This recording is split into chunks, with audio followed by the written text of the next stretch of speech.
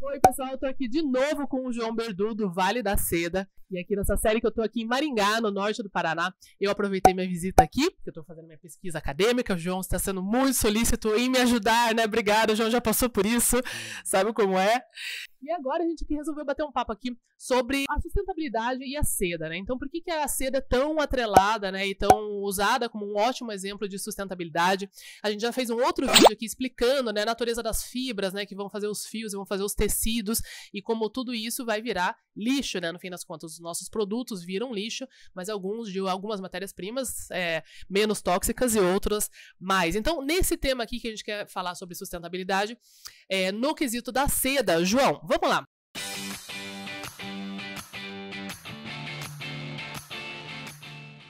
O que a gente diria para quem está assistindo aqui e não faz ideia das propriedades da seda?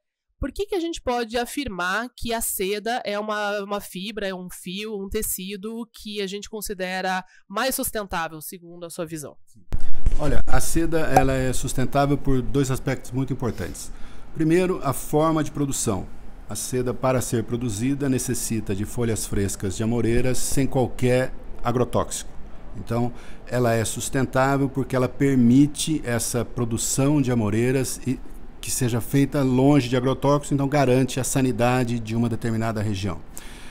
Essas amoreiras sequestram carbono para a produção das suas folhas, que são o alimento do bicho da seda, de maneira que uma peça de seda ela vai gerar uma quantidade de carbono 30 vezes menor do que a quantidade de carbono sequestrada por essas amoreiras. Então, a pegada de carbono gerada pela seda durante toda a sua vida útil é 30 vezes menor do que o sequestro de carbono feito pelas amoreiras necessárias para produzir aquela peça de seda. Bugaram, gente. Vamos lá. Sabem pegada de carbono, né? Vamos contextualizar a pegada de carbono. Uma coisa que eu falo muito de sustentabilidade também, João, é assim, a primeira coisa, vamos querer ser sustentável. Se a gente só comprar do nosso país, a gente já está reduzindo a pegada de carbono, concorda? Porque a gente está reduzindo emissão de CO2, transporte, navio, carga, etc, etc, etc. E também a gente está empregando gente aqui, está gerando riqueza para o nosso país, né? Falando um pouco mais de pegada de carbono, se a gente fosse comparar então com um fio, nem vamos falar de algodão, mas um fio de poliéster, tá? Que é um fio feito a partir do petróleo, certo? Sim. Nesse trabalho feito pela ONG inglesa que nós usamos como base do nosso trabalho, você tem que a pegada de carbono do poliéster é muito semelhante à pegada de carbono que a seda tem. Mas o que o poliéster não tem, que a seda tem, é a fixação do carbono para sua produção. E aí entra o segundo aspecto de sustentabilidade relacionado à seda. Os produtos feitos em poliéster são feitos para durar meia estação, um quarto de estação, dependendo da marca fast fashion que ele estiver sendo usado, vai ser um quinto de estação. Os produtos de poliéster não vencem uma estação. E os produtos de seda, eles permanecem por várias gerações. Então, o segundo aspecto de sustentabilidade da seda está relacionado ao consumo sustentável, ao consumo responsável. Coisas que são feitas para durar, coisas que têm valor hoje e terão o seu valor aumentado na medida em que ele tiver uma história e essa história fizer parte da história da minha filha, na história da minha mãe, a história da minha avó. Então, esse é o segundo aspecto de sustentabilidade ligado à seda. E a gente fala daí da durabilidade, né? Porque o que o João está trazendo é uma coisa até um pouco cultural, né? Porque a gente poderia argumentar que uma peça de poliéster, ela até tem resistência física suficiente para durar 100 anos. Sim. Mas ela acaba não sendo usada enquanto produto de moda por 100 anos, porque ela é feita já com um design mais obsoleto, uma qualidade menos agradável no toque e no uso, né? Então as propriedades físicas, térmicas e de conforto são piores, vamos dizer, são reduzidas, né? Na maioria dos casos, a gente tem bons poliésteres, mas aqui a gente está falando mais em particular do geral, né? A obsolescência programada usada pela moda, que fez girar a moda, que fez girar a estação, e um dos desafios que nós temos para vencer é como sair dessa obsolescência programada que gera emprego, que gera renda, e passar para um tipo de economia circular em que vai continuar gerando emprego, vai continuar gerando renda, mas vai ter uma velocidade de consumo diminuída. A seda é produzida numa quantidade muito pequena, ela pode servir somente como exemplo de uma cadeia produtiva onde a velocidade de produção é pequena, os volumes são pequenos e os valores são altos, de maneira a remunerar bem toda a cadeia. Então, essa exclusividade da seda não é uma exclusividade fruto do marketing, ela é uma exclusividade fruto da raridade da seda. Seda é menos do que 0,1% das fibras têxteis produzidas pelo homem. E ela sustenta uma cadeia de luxo e de responsabilidade social também, é uma parcela cada vez mais importante no consumo de seda, não o luxo feito pela identificação da marca, mas o luxo feito pela responsabilidade social de usar. Eu uso um produto que tem uma história, que tem um respeito a quem produz, que tem um respeito à parte comercial e que tem um respeito ao ambiente.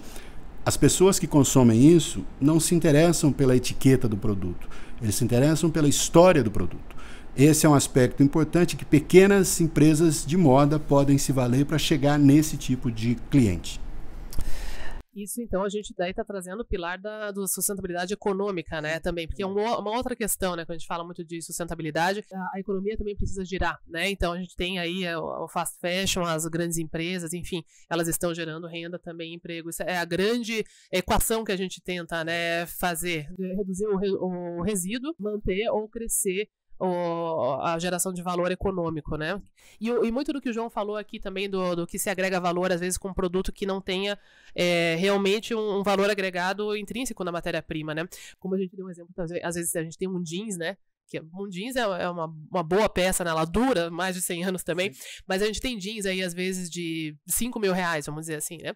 E ele não custa no ponto de venda 5 mil reais porque ele custou a matéria-prima muito cara. É só pelo marketing da marca, né? O que é também um caminho que a gente pode trabalhar. Mas quando a gente fala de uma seda aqui, a gente está segurando uma peça do Enéas Neto. Essa é uma saia de Sfat que foi feita para o São Paulo Fashion Week 2017. 2017, que tá linda aqui, só estou usando de exemplo para mostrar para vocês, que é uma peça também atemporal, então muito das peças de seda a gente percebe, né, que é um efeito mais atemporal, que é o que você disse, né, que eu dei de exemplo da minha palestra de sustentabilidade também, que a gente mostra lá um aterro sanitário de têxtil, e a pergunta é, ache, né, encontre a jaquetinha Chanel aqui, né, você não vai encontrar, né, e não vai achar um lenço de seda da Hermès num aterro sanitário, porque eu vou passar para minha filha, para minha neta, eu vou, nem que eu vá forrar ali uma bandeja de chá, né. Sim, não é esse. E esse é o grande desafio, nós temos, descobrir, achar o modo de reduzir a velocidade de consumo dos recursos naturais sem que haja redução do valor econômico, sem que haja geração de desemprego. Porque, por óbvio, nós sabemos o seguinte, hoje 5% da população mundial está consumindo 20% dos recursos. Os Estados Unidos representam 20% da população mundial, 5% da população mundial e consomem 20% dos recursos. Não dá para o restante dos países em desenvolvimento atingir o nível de consumo norte-americano, porque vai faltar planeta. E nós não temos condição de mandar encostar uma outra terra do lado para usar o recurso natural dessa outra terra. Não tem como, se 25%, se mais 20% chegarem no nível de consumo norte-americano, está esgotado o recurso natural do planeta. Então, o desafio é esse, nós temos que encontrar uma nova maneira. A moda e os designers fazem parte da equação de convencer as pessoas sobre o valor de se ter algo durável e não o valor de se ter algo descartável. O valor é de permanecer com algo e não de comprar um novo algo. Esse é o grande desafio. Um novo algo que vai ser descartado. E agora, só para finalizar, gente, então, falando no descarte, né? Além de tudo que a gente falou, então a gente tem esse outro vídeo aqui falando das fibras, né? Quando a gente descarta, né, alguns produtos de algumas fibras, e até pelo processo que elas passam, né, processo químico de tinturaria, etc., que aquilo vai ficar no solo, porque isso vai para algum lugar, né? Não tem brechó para todo mundo, em algum momento ele vai para um aterro, né? Quando a gente fala de acrílico, poliéster, plástico e afins, a gente não tem nem previsão de quando que ele se decompõe, né? Sim. São raríssimas as bactérias que podem consumir o poliéster. Ou plástico, né? Ou plástico. É por isso que ele vai permanecer lá por 400, 500 anos. No caso da seda, ela é 100% proteína. Então, ela é degradável, ela vai ser consumida pelos pelos micróbios. Bactérias, é um cabelo, né? Assim como a lã, enfim, se você cai um pouquinho de lã, um pouquinho de cabelo na terra, aquilo não polui, né? Não vai ser, vai alimentar algo. Esse é o... E aí a gente acaba fechando um pouco desse ciclo, né? Dessa forma. Deu para entender, então, pessoal, da onde que a gente fala aí do ciclo de vida dos nossos produtos, da sustentabilidade na seda. Eu queria agradecer mais uma vez aqui o João. Se vocês gostaram aí desse vídeo também, põe aqui o hashtag #VoltaJoão, coloca aqui a sua pergunta sobre a seda. O João sabe tudo, a gente está aqui em Maringá. E se você quiser saber mais sobre o Vale da Seda, eu vou deixar também links aqui embaixo com mais informações, né, para conhecer mais aqui sobre o projeto, sobre a empresa e sobre a seda brasileira e paranaense. Tá bom, gente? Até a próxima. Muito obrigado. Muito obrigado.